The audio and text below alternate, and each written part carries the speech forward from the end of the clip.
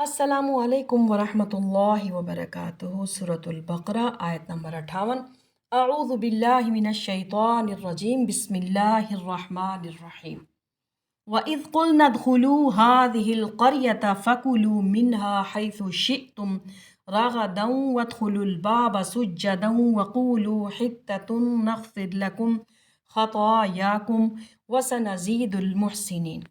وَإِذْ قُلْنَا، اور جب ہم نے کہا، ادخلوا، تم داخل ہو، ہاذہ، اس، القریۃ، بستی، فکلوا، پھر کھاؤ، منہا، اس سے، حیث شئتم، جہاں سے تم چاہو، راغدن، با فراغت، وادخلوا، اور تم داخل ہو، الباب، دروازہ، سجدن، سجدہ کرتے ہوئے، وقولوا، اور کہو، حطۃ، بخش دے، نغفر، ہم بخش دیں گے، لکم، تمہیں، خطایاکم، تمہاری خطائیں، وسنزید، اور ہم ان قریب زیادہ دیں گے، المحسنین، نیکی کرنے والوں کو۔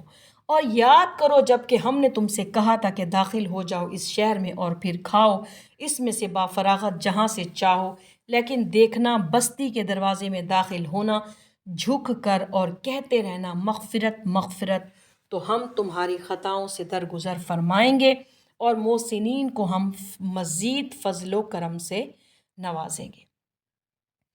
وَإِذْ قُلْنَا ادْخُلُوا هَٰذِهِ الْقَرْيَةَ فَكُلُوا مِنْهَا حَيْثُ شِئْتُمْ رَغَدًا وَادْخُلُوا الْبَابَ سُجَّدًا وَقُولُوا حِطَّةٌ نَغْفِرْ لَكُمْ خَطَايَاكُمْ وَسَنَزِيدُ الْمُحْسِنِينَ۔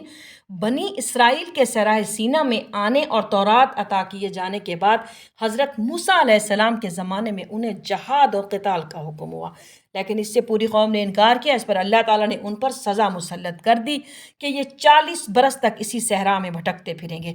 اللہ تعالیٰ نے فرمایا اگر یہ ابھی جہاد اور قتال کرتے تو ہم پورا فلسطین ان کے ہاتھ سے ابھی فتح کرا دیتے، لیکن چونکہ انہوں نے بزدلی دکھائی اب یہ ان کی سزا ہے۔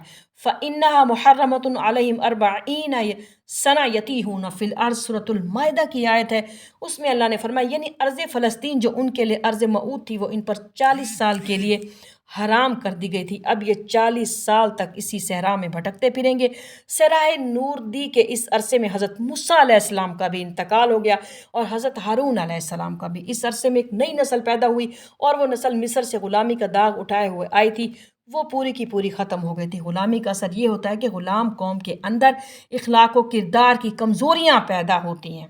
صحرائے نور دی کے زمانے میں جو نسل پیدا ہوئی اور صحرا ہی میں پروان چڑھی وہ ایک آزاد نسل تھی جو کہ ان کمزوریوں سے پاک تھی اور ان میں ایک جذبہ تھا۔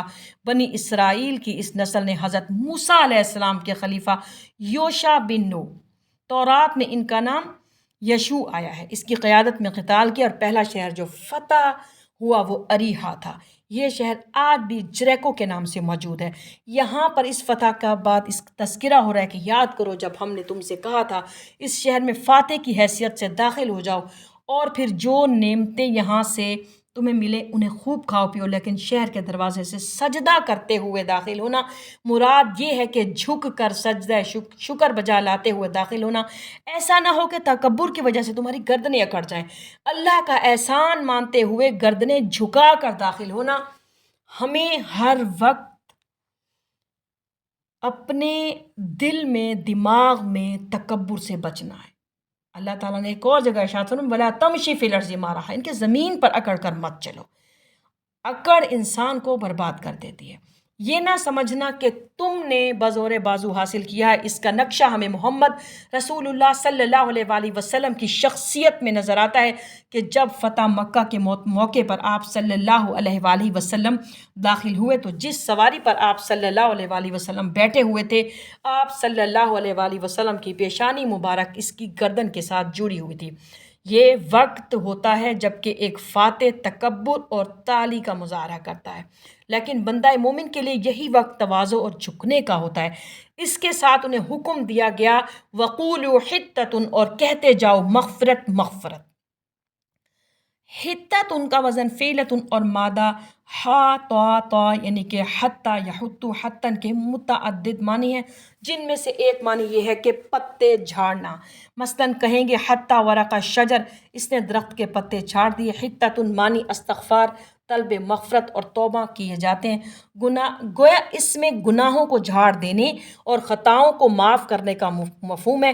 چنانچہ وقول حتۃ کا مفہوم یہ ہوگا کہ مفتوح بستی میں داخل ہوتے وقت جہاں تمہاری گردنیں عاجزی کے ساتھ جھکی ہونی چاہیے، وہیں تمہاری زبان پر استغفار ہونا چاہیے کہ اے اللہ ہمارے گناہ جھاڑ دے، ہماری مغفرت فرما دے، ہماری خطاؤں کو بخش دے۔